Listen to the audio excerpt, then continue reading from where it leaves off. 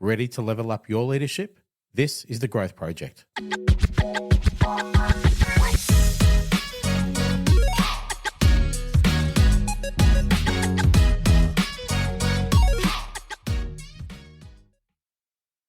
Hi folks, welcome back to the Growth Project. Today, let's talk about auditing. Auditing is something that many people who work in utilities and civil construction have probably experienced. And I hear from people often about various auditing experiences. When I say auditing, sometimes we are dealing with formal audits. Sometimes we're dealing with what I would call more inspections, but we'll put them both in the same basket for the purpose of this discussion today. But there are some people who find auditing really an intimidating process, but it doesn't really need to be. Let's demystify a few things and set a few things straight, and perhaps even give you a few tips on how to make the auditing experience more rewarding for you and a little less anxious, perhaps. Overall, auditing should be a positive experience that leads to positive outcomes, even if it feels uncomfortable in the moment. So whilst we're focusing today on being audited, I will also be doing an episode on conducting audits, because there are listeners I know who do conduct audits and often ask for feedback or tips or advice on techniques for confronting certain issues or having some of these difficult conversations that tend to come from being audited. We'll come back to that in the next episode, perhaps. So, firstly, I'll give you a little bit of background on my experience with auditing. So I have been audited lots and lots in different contexts, industries, and settings. And I have conducted audits in all of those different contexts and settings as well. So there are different types of auditing. What we're talking about is where somebody comes out on site and works through a checklist to see where your performance is at when it comes from a safety perspective, environmental protection, or quality. And perhaps that person is another employee from within your business. Sometimes it will be someone representing your client, and maybe even sometimes it's the client of your client. And if you can get your head around that. And sometimes it's a completely external person. Maybe it's a regulator, a safety regulator doing an inspection on site, or maybe it's a technical regulator doing some quality auditing. So there are a range of different stakeholders who could be involved in the audit process. And all of these audit processes are aimed at checking performance against established or set benchmarks. Now, those benchmarks will differ. Perhaps it's a inspection of compliance against a particular procedure or set of procedures. It could be compliance against safety legislation. It could be compliance against technical standards, Australian standards. And in some cases too, it could be for initial system certification or what they call a surveillance audit. Now, in all cases, we always want to do well in our audits, don't we? That none of us want to have any curly situations come up, or we hate hearing the word non-conformance. That seems to drive fear into a lot of people. What we're talking about there is where we find problems. So it doesn't have to be the end of the world when we find problems. In fact, we do want to find problems. Ideally, though, we'd find them and deal with them before it gets to audit stage. But sometimes that happens. But what we need to do is stay focused on the end goal, which is compliance and continuous improvement. So let's talk about different types of audits. Like I did mention, auditing is an examination, I guess, of processes or systems or documents and whether there's compliance against those. It could be compliance against a particular standard, regulations, or sets of procedures. And like I said, there are different types of audits as well that occur at different levels. If you work in the utilities or civil construction or maintenance industries, you might have participated in a certification audit without even knowing it. If you've ever had some people from your company come out with some people that you've never seen before, coming and looking at your job site and going through various checks, asking some questions about the work you're doing, maybe having a look at some paperwork, it is possible that you were being audited or the company was being audited by an external party to audit against a particular standard. Sometimes, though, it will just be maybe your supervisor who's coming out to do an in-house internal audit or inspection on your site. Those are really important because what they do is they prepare you or the business, they prepare the business for more formal audits that get conducted by external people. Not only that, let's not forget that they're also focused on monitoring that people are following the right safety protocols, the quality requirements, the things that are keeping us safe and keeping us profitable. So it makes sense, doesn't it, to monitor those things to make sure that we are on track and that we're all doing the right thing. Remember, the purpose of an audit, though, is not just compliance, but to improve and enhance safety and making sure that we're achieving high quality outcomes with our work. Because at the end of the day, what's good for the business is good for you and your job or your contract. Okay, let's not forget that. So there are a number of things that I want everyone to be aware of when it comes to being audited. What we're going to look at from this point is what would be reasonable expectations for you to have of the audit experience. Then we'll talk a little bit about what you should expect if you or your job is being audited or your crew is being audited. We'll talk about some effective ways to communicate with the auditor or the inspector. Also, you need to know what things to avoid when being audited and how to respectfully challenge the results if you don't necessarily agree with some of the findings, and that is okay as well.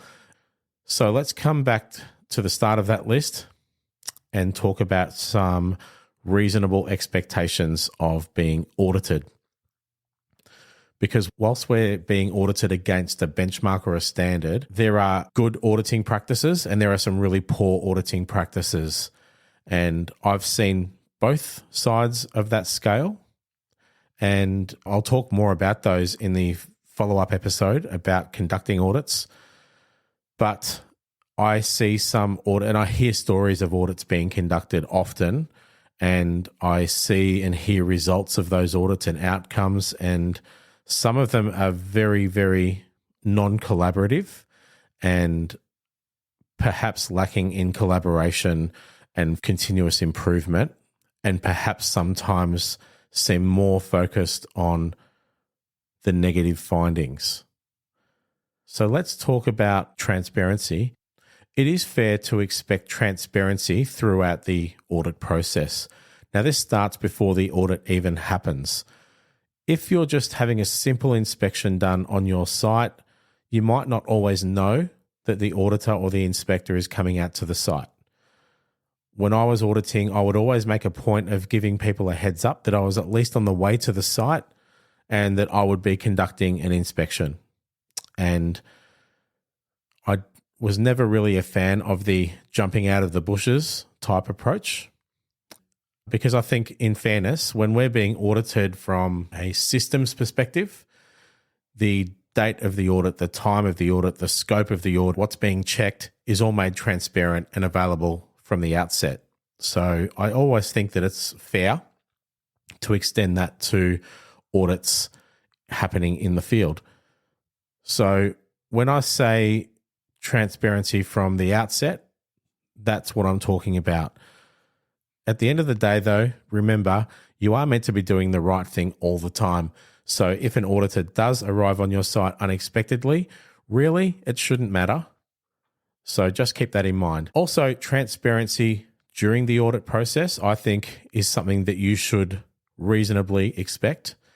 And when I say that, I mean that the auditor should be open with you about the findings or any concerns as the inspection is underway.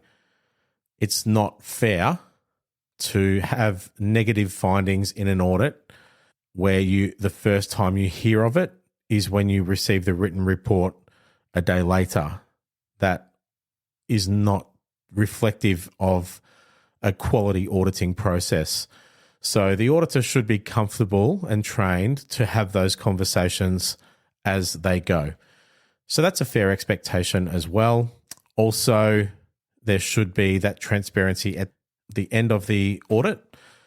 And I think it's fair to expect that there should be no surprises in the written report that you might either receive or get a verbal rundown of, or whatever it might be. I'm not sure. Not everyone receives a copy of the audits that they are subject to, but I think most do. But what I'm saying is there shouldn't be any surprises. So sometimes what we see and hear is that people have the impression at the time that the audit went really well, but then when they receive the written report, it's littered with non-conformances and negative findings that were not discussed at the time. So it is fair to expect no surprises in the written report. Let's talk also about the transparency regarding the audit process. So one thing that you should expect from your auditor is a clear description of what it is that they're here to do, what they're going to be checking, and how they conduct their audit. Because let's not forget, you're out on site doing a job. You're still expected to find a balance between assisting the auditor and being productive. So there needs to be some clarification on how that's going to work. And perhaps even the criteria should be described as well. In some cases, it might even be fair for you to have a copy of the audit criteria. I always used to encourage that. I would make my audit criteria freely available to the people I was working with to provide full transparency and opportunity for them to better prepare for the audit. Now, some people might say, well, you're kind of cheating in that way, but I staunchly disagree. I think that if the only outcome is that they look at those audit criteria and make any relevant improvements on their sites to comply with what I'm looking at, then that is only a positive outcome. So I wouldn't be afraid to ask for the audit criteria, but like I said, it shouldn't be an issue anyway if you're doing the right thing. Let's talk now about consistency. I think this is another reasonable expectation. It's fair that you should expect to be audited to the same standard and level of scrutiny as everybody else, all the other crews or job sites. There shouldn't be a higher standard applied to a single crew or job. Then, of course, there is the fair expectation for the opportunity of feedback. You should also be provided with an opportunity to provide feedback to the audit findings, whether that's verbally or in writing. Often it's not uncommon for the results of the audit to not be finalised until that feedback has happened. Now, that won't always be possible. That might or not always be the process, and that's okay. But at the very least, at the end of the audit, there should be an exchange of feedback between the auditor and the crew. And what that would look like is that the auditor would provide a verbal recap of the audit findings, and a really high quality auditor will highlight the really positive aspects of the audit and any areas for potential improvement, and also any areas of non-conformance. And then the people being audited should have the opportunity to respond to that feedback as well, because I can tell you there have been many occasions where some of the findings that I was presented with weren't quite justified, and that perhaps the full picture wasn't being seen, and we were able to have some of those findings altered to reflect the actual situation. So having that verbal feedback wrap up at the end of the audit is a great way to eliminate any potential misunderstandings in the written report. So if you don't get that opportunity offered to you, ask for it really respectfully, that at the end of the audit, can we have a verbal feedback, and then for us to have an opportunity to respond to any improvement opportunities or any non-conformances identified. So I think you would all agree those are some reasonable expectations for being audited fairly. Let's talk about what you should expect when your job is audited.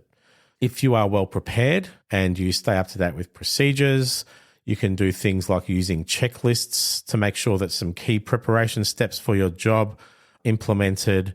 You might not be the person executing all those things, but if you're the leader on that crew, you have a duty and responsibility to oversee and make sure that everything is happening that should be happening. That could be setting up your work site, the relevant paperwork, permits, and all of those things. It could be that you're keeping an eye on things like training that is up to date. And if you've even gone to the effort of reviewing the audit checklist, you'll be aware of what the auditor might be looking for. And what you need to do then is implement those things into your daily practice. So when I say preparation, I'm talking a bit bigger picture as well, not just the day of the audit. This needs to become business as usual. So being prepared will put you in the best place, because some of those things are what the auditor will be looking at first. You think about the things that we should be doing when we have visitors come to a dangerous work site or a potentially dangerous work site. We need to be preparing them for the risks on site, introducing them to the site, inducting them to the site, and making all of those controls and admin processes available to the auditor for their arrival to the site. Often what you'll see is the way the audit starts will be a verbal interaction. The auditor will describe what they're there for.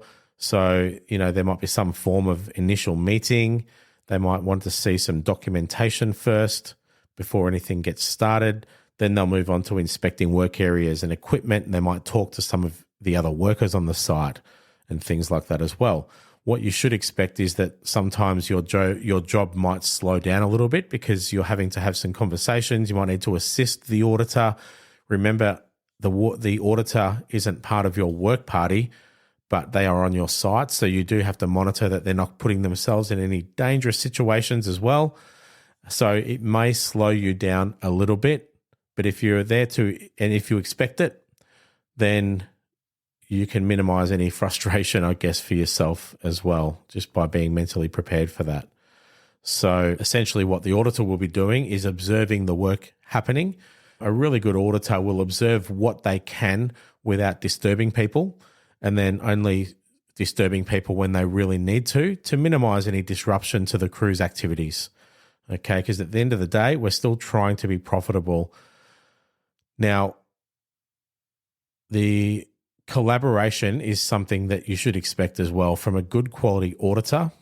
There should be a collaboration. Now, often the auditor who's on your site will have some really great insights that you can benefit from, or they might be curious about something, or you might find that the auditor thinks they might have found a problem, but might be seeking some clarification from you about why a situation is the way that it is. And so you should use that as an opportunity to clarify. That can avoid some escalating situations. It can avoid the need to have the audit report changed. So engage with the auditor when they need your assistance. Remember, try and see this as an opportunity to collaborate with this stakeholder. often auditors are people who have a lot of experience in the work that you're doing or have some really valuable insights into requirements for the work that you're doing. So that there's an opportunity for you there to enhance your knowledge and abilities based on their feedback and thoughts and ideas. When it comes to the actual checks, you would expect that they'd be walking around with some kind of checklist, or they might have an electronic checklist. They might be having a look at the equipment that you're using to make sure that it complies with some basic standard safety requirements and quality requirements. Auditors tend to be very curious people, right? So they will have a look at everything that's going on and everything they can see, basically. Now, when it comes to the findings, let's talk about some of the potential findings. So what they'll have is a list of lots of different things to check, right? And against each of those items to check, they usually have to give it one of the following responses or similar. It will either be deemed as compliant, as in there are no problems, everything's fine. There might be something classified as a non-conformance, which means it does not meet the standard, and there is a particular issue that would definitely trigger what we call a corrective action, where there would be some kind of deadline to have the situation fixed or amended or changed or improved. Then there is what we call an opportunity for improvement. Now, this is where the thing, the item or the process that they have checked, it is compliant, but it could be done better, or there is scope to improve the process or the item in some way, but it's not posing a threat and it's not a non-conformance. So those don't always come with corrective actions. In some cases, the corrective action could just be, as an example, consider making improvements to process XYZ.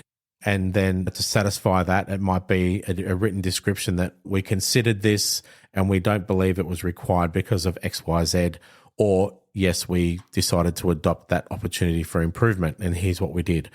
So those are what typically the findings are for each criteria. And then what happens is the auditor works through their checklist on whatever it is that's in the scope of their audit, and would have a debriefing with you on site when they're finalising their findings. So what happens is they would go away, finalise their report, make any notes. The report might include photographs and things like that, and you would receive that report. It might come directly to you. It might come through your supervisor. However it is, you would get an opportunity to review that report. But what's happened ideally before that is that they've given you a verbal rundown of all of their findings, like I explained before. Let's talk about effective ways to communicate with the auditor or inspector. Remember, folks, they're just people, all right? They're just people who are passionate about what it is that they're checking. They might have a particular passion for workplace safety or quality, or that's part of their remit of their job, to make sure that everything's coming along nicely and smoothly. But remember, they're just people. There's no need to be scared of an auditor, okay? Like anyone in the workplace, what you would expect between an auditor and the person being audited is professionalism. So you need to maintain professionalism in all your interactions. You need to be respectful and cooperative. Okay, you don't want to cause roadblocks for the auditor, and you don't want any situation to escalate. Now, make sure that you're also communicating very clearly. So if you're being asked questions, stick to the facts, keep opinion out of your responses, just concise, clear, accurate answers, okay, based on fact. Good practice is to stick to the questions that you're asked. Try and avoid going off on tangents and whatnot. Stay on scope with what the audit is looking at, and just provide the facts that you're asked for, and then move on to the next thing and the next thing. And when it comes to documentation, they will want to see documentation. So make sure that you understand the documentation, because you will be asked information and you will be asked verbal questions about the documentation that you're working off. So it's good to prepare yourself and make sure you're across all of those things. But remember, like I said, this is just human to human interaction. And we've spoken many times on this podcast about ways to avoid conflict, or if a situation does escalate to a conflict situation, we've spoken about the tools you can use to regulate yourself and keep things on track. I understand that with an auditor, things can be a little bit daunting. It can be intimidating. But if you just maintain professional, friendly demeanor with the auditor, everything's just going to be fine. It really is. Now, sometimes though, when you're having an audit, it might become clear at some point that they've found some problems, right? We'll talk about things not to do in just a moment. But even when that happens, again, you still need to communicate clearly and professionally in a friendly manner. But when it comes to things to avoid, like I said, being defensive or trying to conceal issues is something you definitely want to avoid. Remember, even if negative findings do come up, or what you would consider to be negative, I understand that it can be really daunting and intimidating, because you might be worried about what that means for you, whether there might be any consequences and things like that. Now, I can't talk to whether there'll be consequences for people in their workplaces or not, but what I would say is the best way to view this, if an auditor does find issues, is to look at it as an opportunity to improve. Now, my view is that if you've got a really healthy workplace culture, if there are negative or adverse findings, then if you're seen to be staying focused on the solution and resolution of that issue, then that goes a long way. It goes much further than being defensive or throwing up excuses and things like that. Now, if you do find that there is merit in your view, or you think that maybe they didn't quite get the situation quite right, then you're well within your rights to respectfully challenge that. And we'll come to that a little bit later. But keep yourself regulated and in control, right? When it comes to misrepresentation, so like I said, don't try and conceal. If you know that there's an issue, don't try and conceal it. If the auditor's asking questions about it, don't misrepresent the situation. Don't tell lies. Don't hide problems, because a really good quality auditor, they tend to be really good at finding the problems. That's their job, okay? And you don't need to be afraid of that. If you've got an auditor who's focused on continuous improvement and collaboration and development, then you've got nothing to worry about. Even if they do provide those findings in writing, it's going to be okay. Remember, it's crucial for an audit that if we have areas where you aren't meeting the standard, I'm afraid, folks, you need to own that and you need to commit to the improvements, okay? But the interactions between you and the auditor at that point can have large ripple effects for you, your relationship with the auditor moving forward, your relationship with the business you're working for moving forward. And remember, it has an impact on your clients as well. So stay productive. Don't get argumentative. Always cooperate. Don't become non-cooperative. Okay, that's not helpful, and that's going to lead to really negative outcomes. And again, it's going to damage relationships. We've spoken about that a lot in other episodes, but also it's going to cause issues for you and your client down the track. But like I said, you might see the need to respectfully challenge some of those results. The first thing you should do is to make sure you understand what the findings are. Because I can recall lots of situations where I've verbally given my rundown to a crew at the end of an audit, and there's been quite a big reaction to some of the comments, perhaps where I've found a non-conformance or I've found an opportunity for improvement, and I've told them about it. and there seems to be an automatic assumption that there's going to be big consequences, or I'm not conducting the audit with integrity and things like that. But when I've taken the time to explain further and they've taken the time to listen more as well, then I've been able to clear up misunderstandings and things have been fine. So what I'm saying is, don't jump to conclusions, just hear them out, listen to the findings, and before you start to challenge the results, just take a moment to ponder, look, are these results valid? It is possible that I might not be the best at what I do today, right? Or it's possible that I've missed something. So challenge your own thinking as well. But take the time to understand the findings, and it is completely okay to ask them to clarify their findings, or to even have a constructive conversation about, well, I don't know that I completely agree that that's a non-conformance because of reason A, B, C. You might have evidence like, well, I can see that you would prefer to have these things in place, but the procedure says that I need to have these things in place, and I did have those things in place. So therefore, I'm not entirely sure that it's fair that it's a non-conformance. Would you consider downgrading that to an opportunity for improvement, perhaps? Right?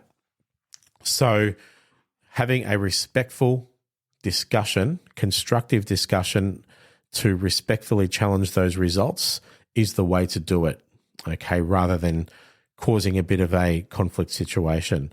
Now, that can be done verbally if you're given the opportunity to verbally discuss those results at the end. But if you don't have so much opportunity to do it at that time, then you can certainly do that in writing after the report is finalised as well. That's perfectly fine. But the auditor should tell you what the formal process is from that point. So, and if they don't, ask them to clarify what happens from here. Will you send me the audit report, or who will send it to me? What will the report include? Are there any non-conformance findings that I would like to know before the report comes out? Or do you have an indication on what some of the corrective actions might be, and things like this, right? So constructive discussion is the way to do it, whether it's verbally or in writing. Don't be afraid also to tap in other stakeholders as well. So if you do feel like some of the findings aren't fair, what you need to do is engage with your supervisor and just discuss your concerns about the report there, and they may be able to assist in having that report amended. Now, I've seen many, many audit reports done, both by internal people and third parties, including regulators. I've seen reports changed based on feedback from the person being audited. Okay, so that is completely normal for that sort of thing to happen. So remember, folks, what we're trying to get to today is just to reframe how we think about the audit process, or what we think about the audit process, because it doesn't need to be a frightening thing. Remember, the whole underlying message here is, if your work or your sites or your jobs are not up to scratch, then you need to cop that feedback. You need to take it and you need to reflect on it. You need to make the changes and commit to those changes.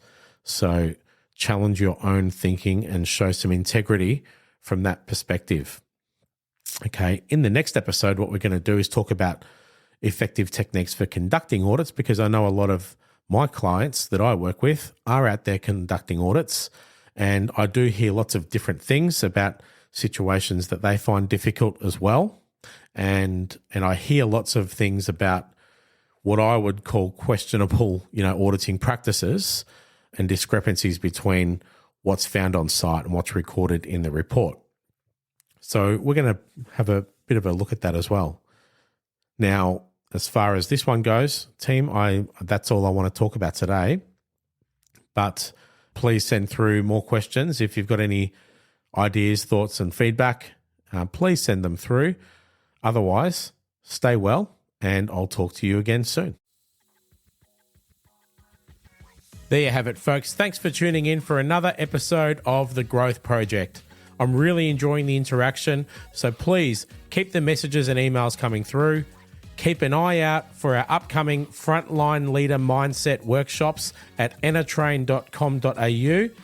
They're in Sydney and Melbourne. And of course, you can reach out to request a private customized workshop for your team. Again, that's entertrain.com.au. That's ENERTRAIN.com.au.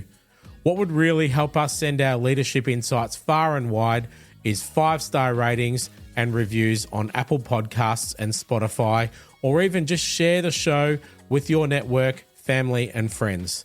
Until the next episode, look after yourself and look after your teams.